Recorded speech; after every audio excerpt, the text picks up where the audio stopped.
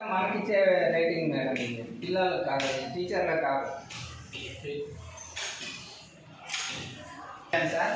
ఎవరి సైకిల్ ఒక సైకిల్ వచ్చి 2 months, ఒక సైకిల్ వచ్చి 2 months, 2 monthsకి ఒక టీచర్ని ఒకసారి చేస్తే చాలు సార్. ఇలా కేవలం 2 నెలలకి కలిపి ఒక్కసారి మాత్రం చేస్తే చాలు.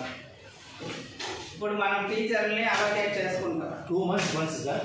అంతే సార్. ఒక టీచర్ని మీరు అబ్జర్వ్ చేస్తే 2 నెలల వరకు మళ్ళీ అక్కడ మీకు అవైలబిలిటీలో ఉండే టీచర్స్ని బట్టి మీ స్కూళ్ళల్లో మీ యాప్లో 20 మందిని మాత్రం అలొకేట్ చేసుకోవచ్చు సార్. 20 మందిని మీ యాప్లోకి ఆల్రెడీ వచ్చేసింది 20 మెంబర్స్ సార్. మనకి స్నాప్స్ అంటే ఎంత రకాలు ఉంటాయి madam? 3 9th minute 14 minute snaps అప్పుడు మనము దేని బేస్ చేసుకొని అబ్జర్వ్ చేస్తాం మేడం? స్నాప్స్ అంటే క్లాస్లో లర్నింగ్ అవుట్ అంటే ఆన్లైన్లో మాత్రమే లర్నింగ్ యాక్టివిటీ జరుగుతూ ఉంటే ఎస్ అని లేదంటే నో అని ఇస్తాం. అట్లా స్టూడెంట్స్ పార్టిసిపేట్గా ఉండాలా. ఇంకోటి ఏంటంటే సింగల్ టీచర్స్ ఎక్కువ అయిపోయినారు. దానివల్ల మనకి స్నాప్స్ రాసి గుర్తించేది కొంచెం కష్టంగా ఉంది.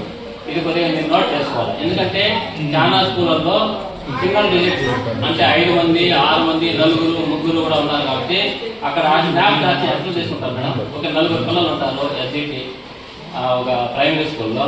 స్నాప్ చాట్లో దాన్ని ఐడియా అంటే మేడం లో ఇవ్వాలి. అదే చాలా మంది చాలా స్కూల్స్ లో సింగల్ డిజిట్స్ అవుతుంది కాబట్టి అక్కడ 50/50 అంటే ఇద్దరుంటే ఒకరు కూడా లర్నింగ్ యాక్టివిటీలో ఉండి టీచర్ లెర్నింగ్ యాక్టివిటీ జరగడం కూడా ఐడియా. అదే ఒకే స్టూడెంట్ ఉంటారు కొన్ని చోట్ల అప్పుడు అంతే. దానిపై మీరు ఎక్కువ మనక మనం యాప్ ఓపెన్ చేస్తారు కన్ఫ్యూజ్ చేస్తానండి. సింగల్ టీచర్ ఉంటాయి కాబట్టి దాన్ని 50/50 తీసుకోండి. ఐడిలో మీడియం అనేది